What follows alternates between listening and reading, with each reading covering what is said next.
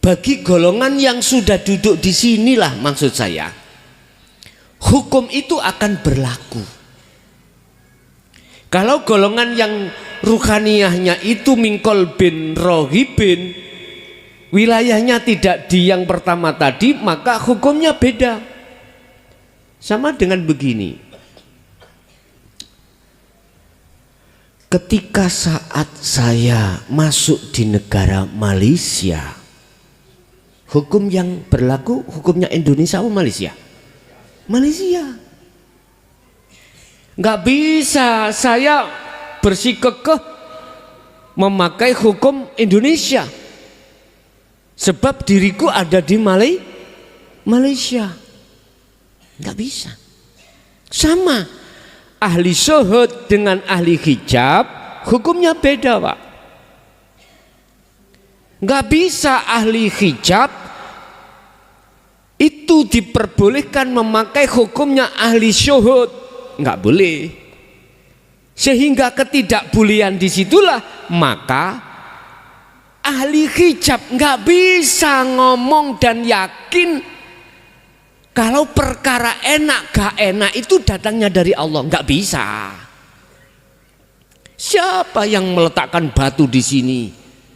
Aku sampai jatuh sepeda saya, mesti imannya si A makhluk, gak bisa ngomong Allah, nggak bisa, Pak.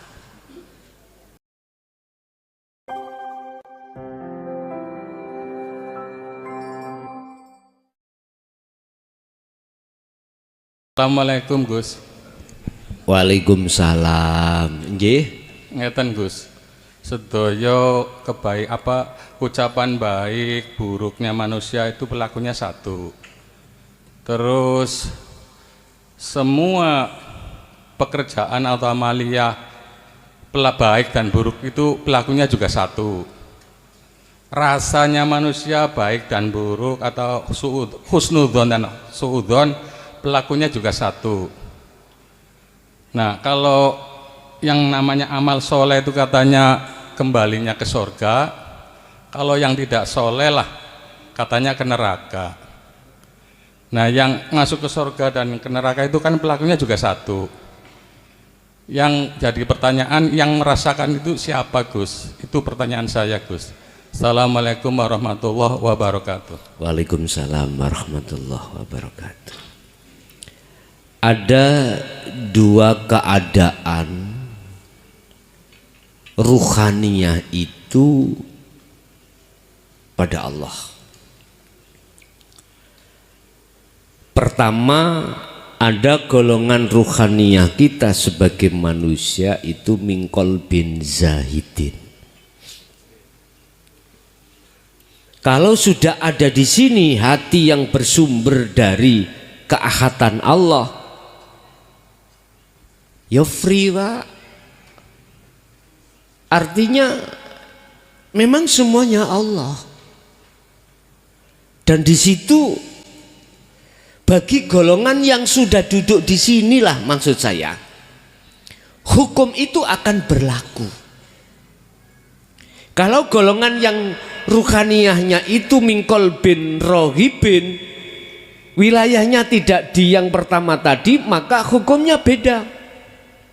Sama dengan begini, ketika saat saya masuk di negara Malaysia, hukum yang berlaku hukumnya Indonesia atau Malaysia? Malaysia. Nggak bisa saya bersikukuh memakai hukum Indonesia sebab diriku ada di Malaysia. Nggak bisa. Sama ahli syuhud dengan ahli hijab hukumnya beda, Pak.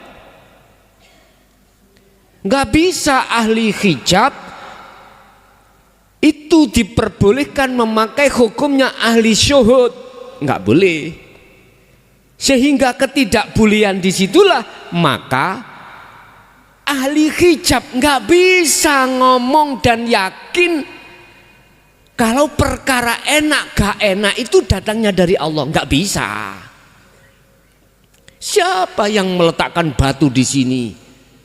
Aku sampai jatuh sepeda saya. Mesti imannya si A makhluk. Gak bisa ngomong Allah, gak bisa Pak. Apalagi ketika si A meletakkan batu, itu tahu siapa yang meletakkan. Akhirnya apa Pak?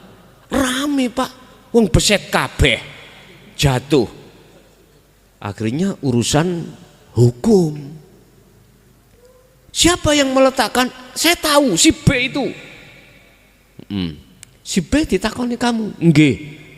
Otomatis imannya tambah kuat kalau yang meletakkan itu adalah si B. Nggak bisa ngomong bukan sampean tapi Allah. Nggak mungkin Pak. Bukan sampean sinobrok bos tapi Allah. Oke, nggak bisa Pak. Mesti rame hitung-hitungan. Itu ahli hijab. Ahli syuhud beda lagi. Walaupun secara fisik kelihatannya si B yang meletakkan, wong ahli syuhud itu ada warid. Waridnya ngomong, blok goblok, rungokno roh ngono. Duduk kuwi sing delek Allah. Kesadaran muncul. Subhanallah, subhanaka inni kuntu minadz zalimin. Iya, subhanallah, sebenarnya aku zalim tadinya. Akhirnya ya apa Pak hubungan jenengan ambek si B? Enggak ada masalah. Pun Pak, gak apa-apa, iki jenenge jare wong Jawa wis blai selamat, gak apa-apa, wis gak apa-apa. Begitu. Begitu indahnya ya kalau gitu. Terus kalau begitu bagaimana orang yang mencuri-curi niku kalau semuanya kembali Allah. Tadi kan sudah saya katakan, hukum kedamaian, hukum ketentraman jiwa itu hanya terjadi pada ahli syuhud, gitu loh. Ahli syuhud. Tentang masalah sunatullah, ketetapan Allah lewat siapapun silakan. Yang terpenting kita adalah ruhaniyah dalam posisi tatmainnul qulub, dalam posisi adalah hati yang damai. Ternyata untuk mendapatkan tatmainnul qulub, berangkatnya kita awalnya ala bidzikrillah. Ingatlah hanya dengan berzikirlah kau pada Allah, hatimu akan yang ku maksud zikir iku eling, yang ku maksud eling iku sadar bahwasanya yang meletakkan batu iku Gusti. Ngaten lho. Gampang ngomong. Begitulah alasan kita setiap hari itu. Tapi aku yakin suatu saat pasti Anda akan dihadapkan Pak. Walaupun bentuknya tidak seperti itu. Entah dilewatkan istri, entah dilewatkan anak, entah dilewatkan teman atau yang lain. Itu pasti Pak. Hukum sunatullah itu pasti akan terjadi. Nggak mungkin dihadapkan Allah perkara yang enak-enak saja secara syariat, enggak. Pasti suatu saat sing gak enak itu diomongkan. Yang menjadi pertanyaan, siapa yang merasakan itu tadi? Bon, tak tulis ya.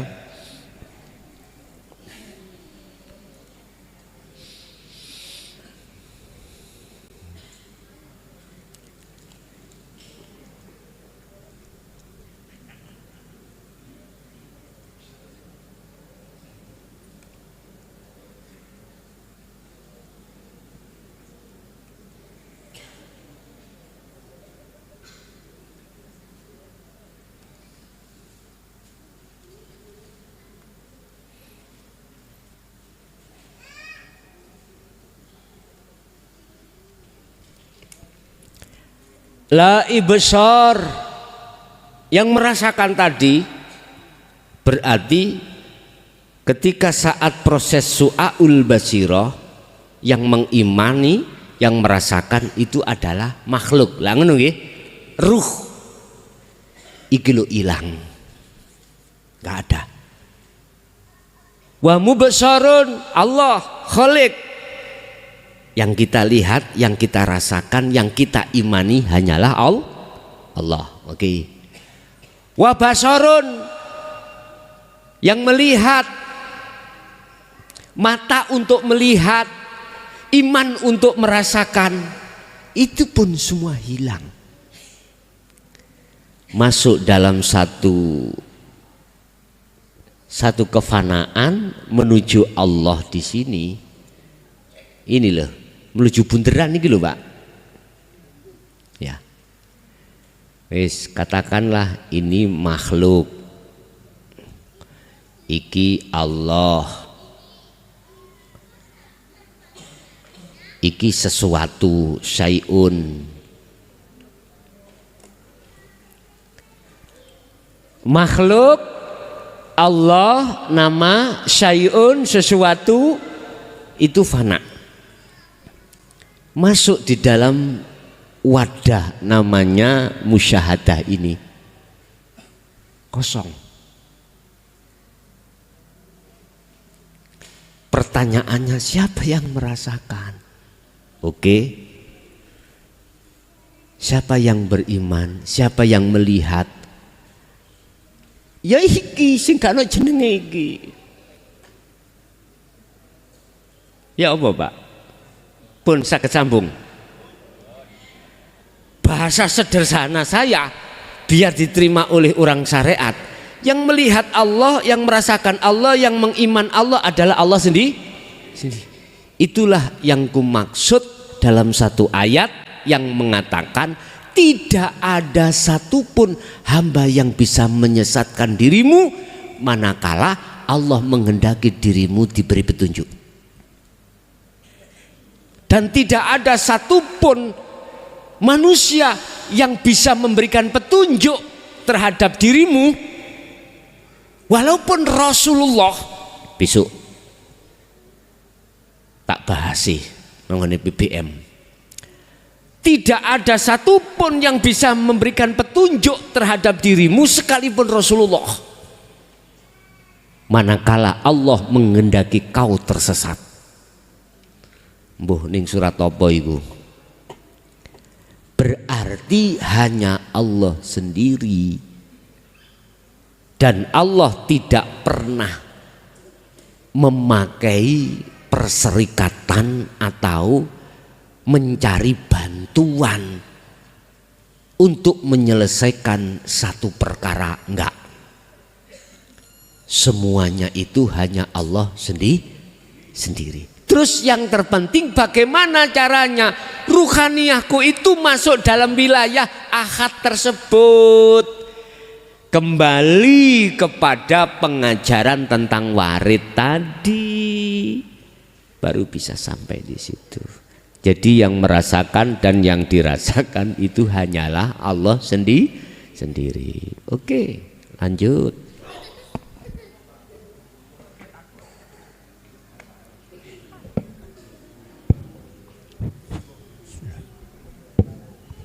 Assalamualaikum warahmatullahi wabarakatuh.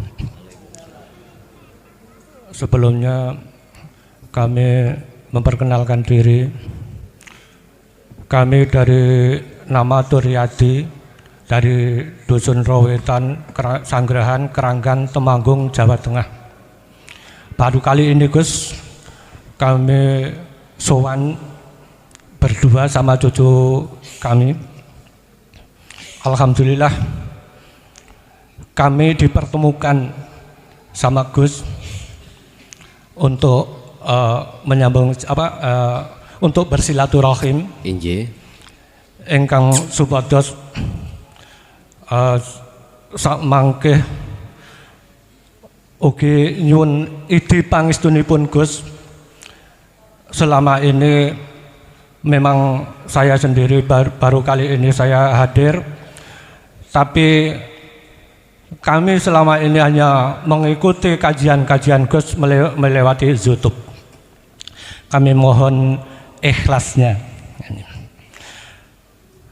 Selanjutnya kami hanya mau mohon izin atau menanyakan, tapi mohon maaf barangkali nanti tidak berkenan kepada Gus dan jamaah semua. Kami dipesanin oleh teman-teman yang sudah pernah mengikuti ajaran ini, walaupun tidak di sini, cuman suruh menyampaikan salam untuk Gus. Assalamualaikum warahmatullahi wabarakatuh. Waalaikumsalam warahmatullahi wabarakatuh. Selanjutnya kami akan menanyakan Gus dan mau cerita. Selama ini sesungguhnya kami itu sudah mengikuti ajaran ini, tapi selama ini yang saya terima itu hanya isarah-isarah. Jadi saya tidak tahu yang namanya Sirul Asror dan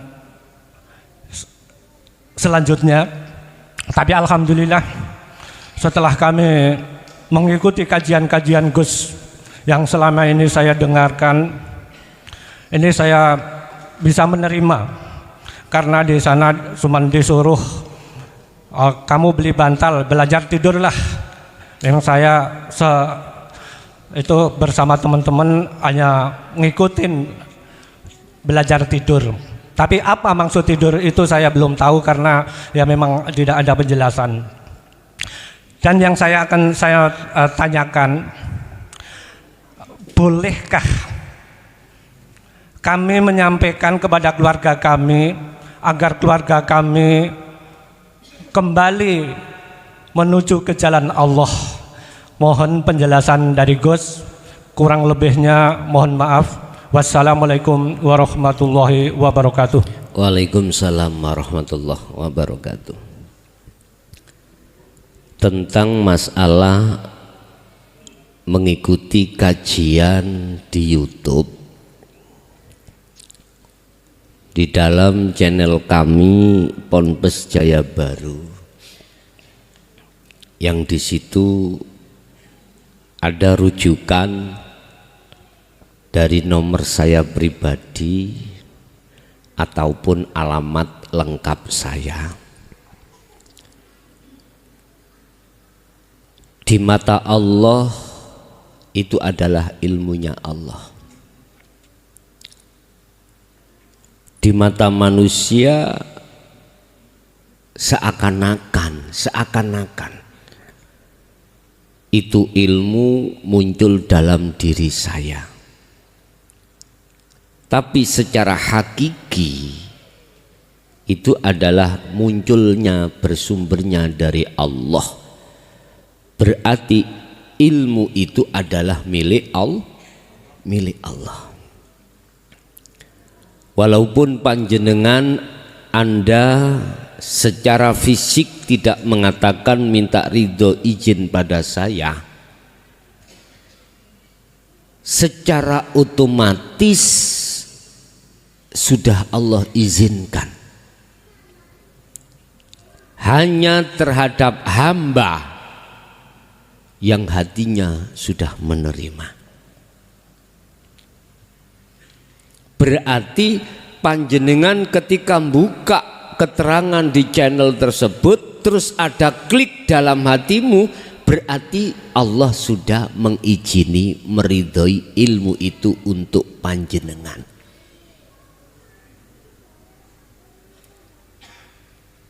Jadi menurut saya gak penting cara jenengan secara manusiawiyah minta izin pada saya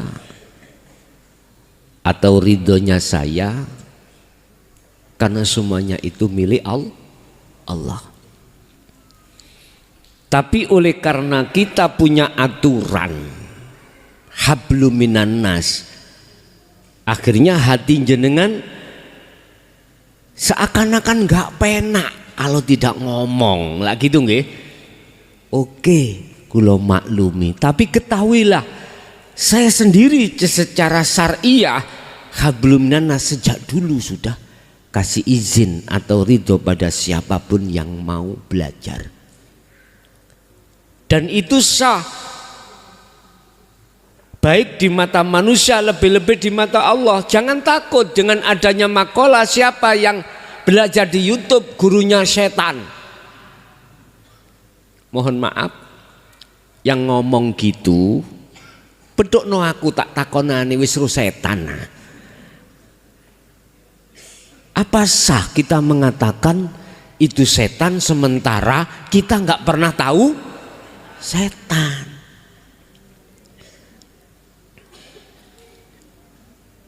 Dalam keilmuan, mohon maaf, keilmuan saya tidak salah bagi si A berkomentar tentang isi buku ini benar atau tidak bila mana si A belum mempelajari bukunya.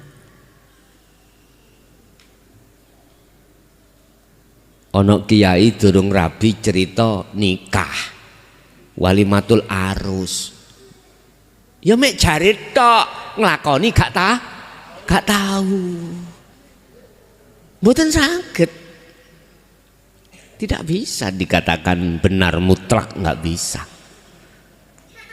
Jenengan melihat ceritanya kok fasih, pernah Anda merasakan? Mboten nanti ya, podo ambek bohong. Makanya kita bercerita tentang Isra Mi'raj, mestinya kita harus sudah mengalami Isra Mi'raj. Boleh kita bercerita tentang bagaimana situasi kondisi di penjara kalau kita sudah pernah masuk penjara.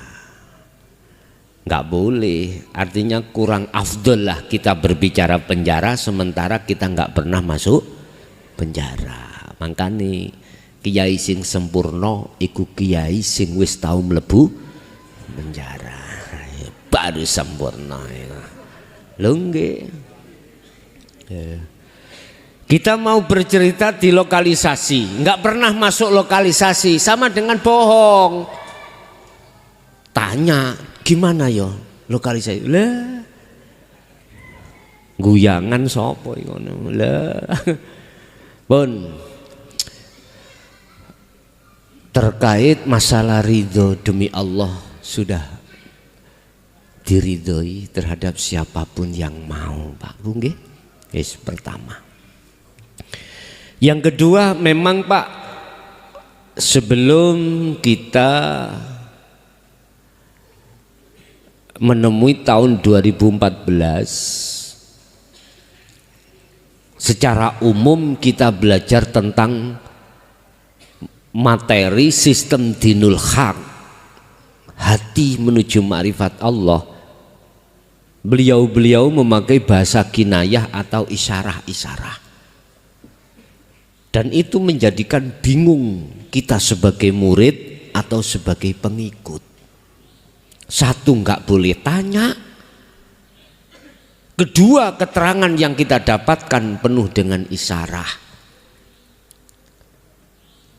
Tapi nggak apa-apa, itu memang zamannya.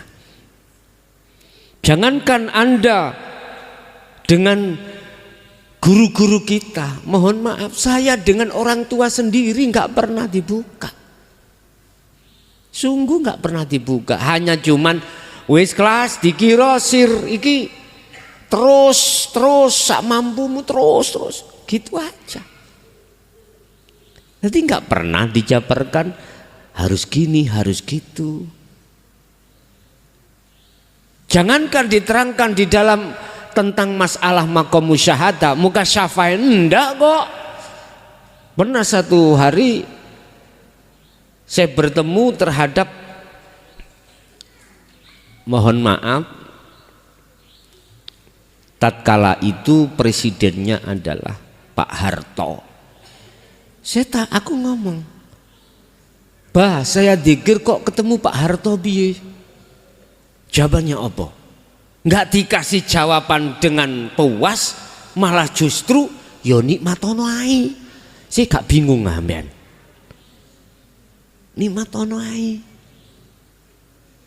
Mestinya kami itu butuh apa maksudnya, lah gitu toh. Apa maksudnya ini? Jawabannya nikmati aja. Ya udah. Sempat diseneni. nggak boleh itu ditanyakan. Yo tafakurono dewi gitu. Itu karena rahasiamu. Persis seperti ketika zaman Nabiullah Yusuf dengan bapaknya. Sinten bapaknya jenenge? Bapaknya Nabi Yusuf sinten? Yakub bah. Oke. Beliau ditulis di dalam Al-Quran tentang masalah melihat bintang dan bulan. Apa jawabnya si ayahanda?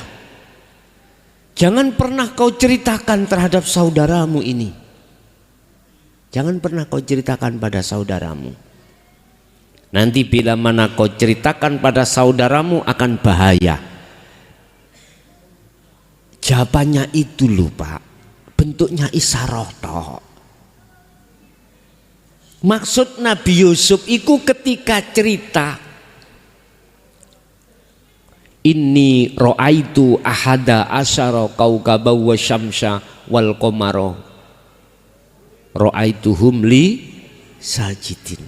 Maksudnya beliau Nabi Yusuf supaya tahu artinya apa, tapi dijawab oleh ayahanda, jangan pernah kau ceritakan pada saudaramu. Hanya itu. Gak nyambung Pak. Dari sisi isyarah gak nyambung, tapi dari sisi maksud sesungguhnya nyambung. Ini apa? Iri. Beliau nanti akan jadi pejabat, akan menjadi istilah itu cara saya gubernur ya, perdana menteri. Oke, perdana menteri. Sampai diceritakan beliau sebelum jadi perdana menteri itu, dia itu dihasut oleh saudaranya, akhirnya dicengklung nanggone ya sumur. Terus dia pulang membawa bajunya dengan dikasih darahnya hayawan. Berpuluh tahun ayahanda mikirkan anaknya itu, tapi beliau yakin kalau saudaranya itu bujuk. Ternyata ada saudagar lewat mau ngambil air, yang dapatnya adalah seorang laki-laki yang ganteng. Ketepaan rezeki, didolah ya, dijuallah si Yusuf kepada kerajaan itu. Singkat cerita, ketika ketika negara mau mengalami peceklik, Nabi Yusuf itu memberikan statement. Gini caranya biar gak jadi peceklik, ini siasatnya. Akhirnya diangkatlah dia sebagai perdana menteri. Suatu hari saudara-saudaranya diutus ayahanda untuk ke sana, ke negeri tersebut minta bantuan. Ternyata yang menjadi perdana menteri adalah Nabi Yusuf. Gak tahu. Bunyamin asing anu. Bunyai apa Bunyamin? Bunyamin.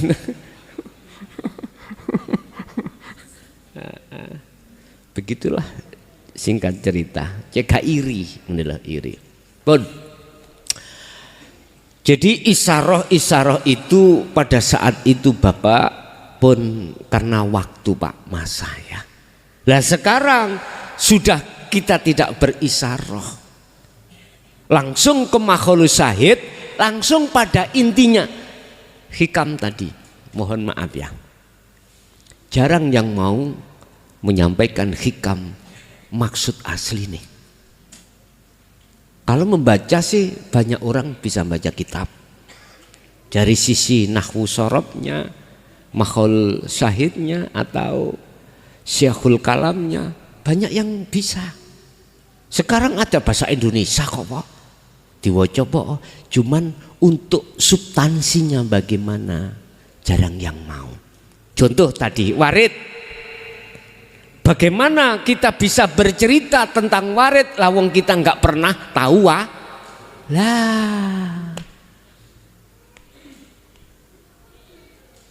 Nggak bisa Pak. Akhirnya ya sesuai dengan isi kitab ngoten tok. Terbatas kita sarahnya itu terbatas. Terbatas sesuai dengan sarahnya hikam itu kita baca ya itu aja. Nggak bisa masuk ke substansinya gitu loh. Sekarang sudah zamannya buka-bukaan sudah. Oke, yang berbahasa Arab silakan bahasa Arab. Yang berbahasa Jawa, Madura, Bugis silakan.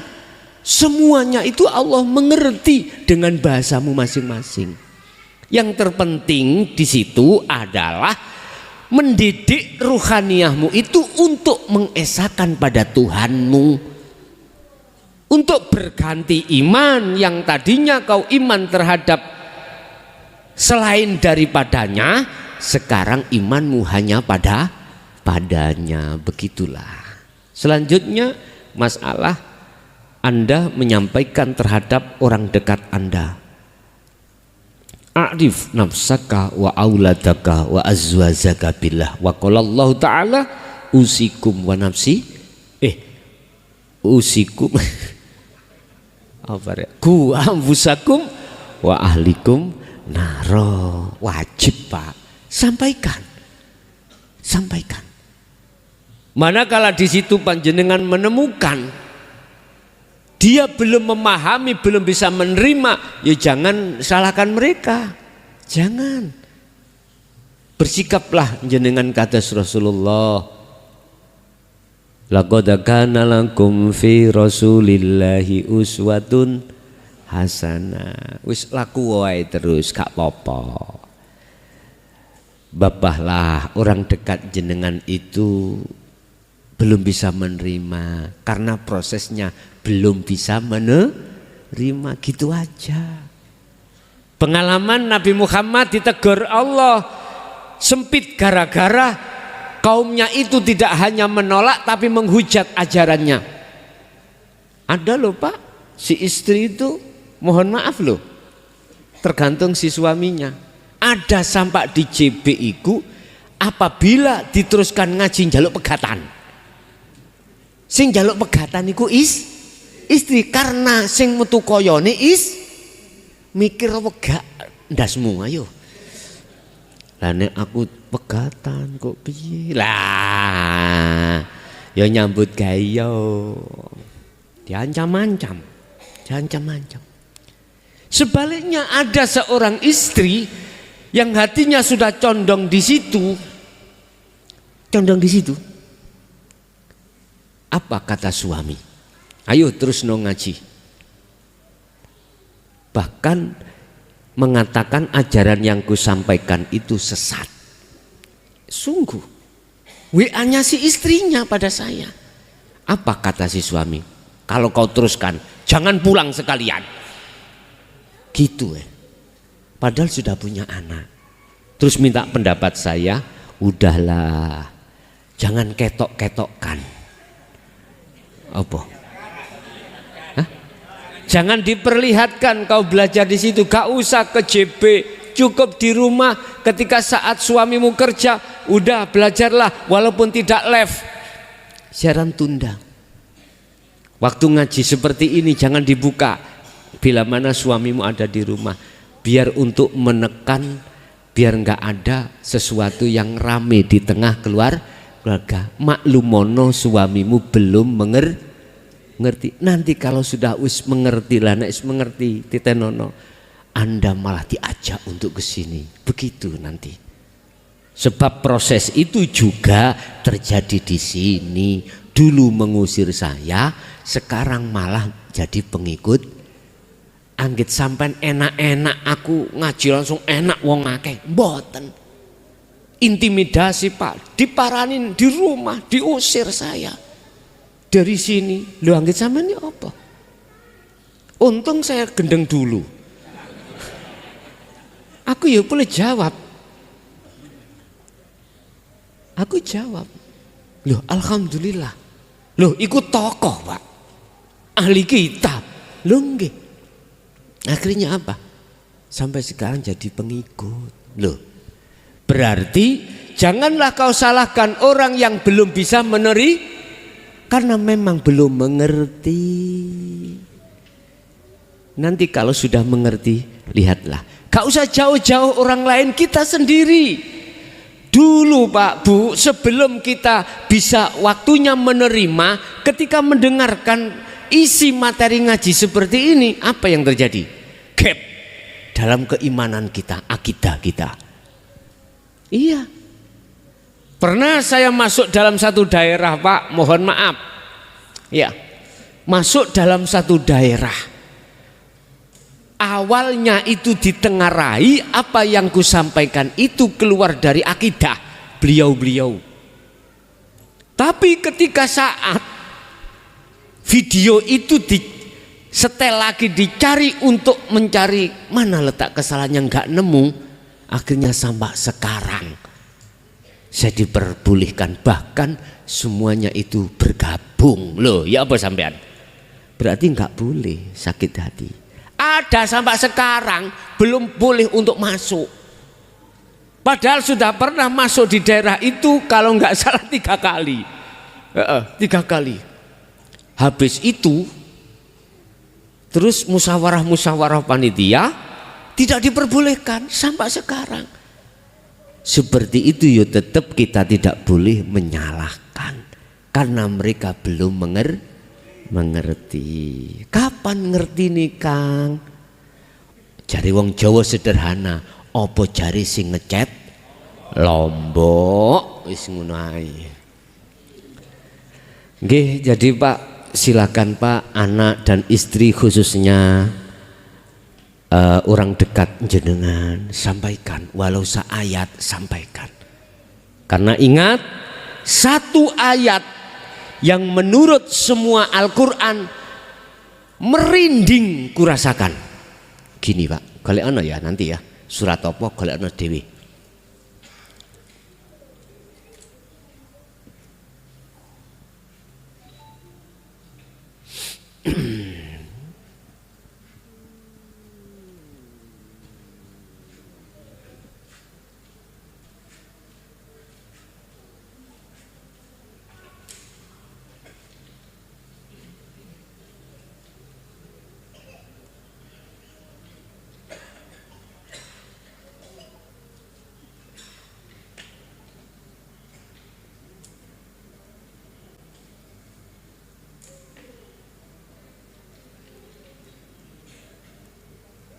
Ini Pak, barang siapa ketika saat di dunia hatinya masih buta pada Allah, mangkana fi hadhihi a'ma, maka fahuwa fil akhirati a'ma, maka di akhirat pun juga buta. Wis, kita bahas ya, dikit aja. Akhirat itu yang mana? Ketika kita di dunia ini hati kita beriman masih terhadap selain Allah dalam segi apapun, otomatis hatimu tidak akan bisa iman pada Allah. Itu disebut al-a'ma, disebut a'ma, hati yang buta di dunia ini. Hadhihi ini dunia. Fahuwa fil akhirati a'ma, maka dia pun di akhirat, mulai dia pindah alam dari alam dunia ke alam barzah menuju alam akhirat, dia dalam keadaan buta. Lah ketika buta itu alamnya mesti gelap, wa adallu sabila, berarti alam barzahnya itu gelap. Akhirat pun gelap. Ya udah Pak, dia kembali pada Allah tidak bisa sampai pada yang dimaksud rahmat, nggak bisa. Akhirnya gelape kesasar, itulah munculnya satu nama, namanya anar, yaitu neraka. Nggak percaya gini Pak, neraka itu gini. Sekarang habis ngaji nanti pulang kabeh meremo. Kesasarmu itu bentuk neraka. Mesti gelap sampean itu. Walaupun jalan-jalan saya kasih merkuri ribuan watt, tetap kau mengatakan itu gelap karena kau merem. Karena kau terpejam. Ya gelap. Nggak akan sampai ke rumahmu. Padahal kau aslinya tahu rumahmu. Nggak bisa. Subhanallah. Kecuali kau merem isok tutuk enggon niku, kecuali ngene. Masuk mobil orang 10 supire gak merem tapi kabeh meremo. Mesti isok tutuk omah dhewe lah itu. Berarti kuwi diterki ngono lho. Allah, itu bisa. Makanya carilah petunjuk orang yang tidak buta. Orang buta menuntun orang buta tidak akan pernah sampai pada tujuan. Tapi orang buta bisa sampai tujuan manakala dituntun orang yang tidak buta. Syaratnya si buta ojo kakean cocot, menengo ae, nganuto ae. Sudah dikasih tahu, dituntun, nggak percaya.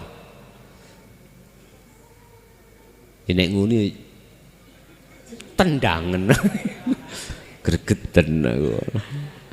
Wadalus sabila, ini loh Pak ya. Tolong ini adalah pertanyaan besar pada umat Islam khususnya. Harus dijawab. Harus semua umat Islam menjawab atas ayat ini. Ngen-ngenen pikiran hal yang seperti ini. Bukan mata jasmani Pak Lala, apa mata jasmani. Ini yang dimaksud akma di sini adalah butanya mata hati itu. Di sinilah. Bukan buta mata dohir ini bukan Pak. Oke.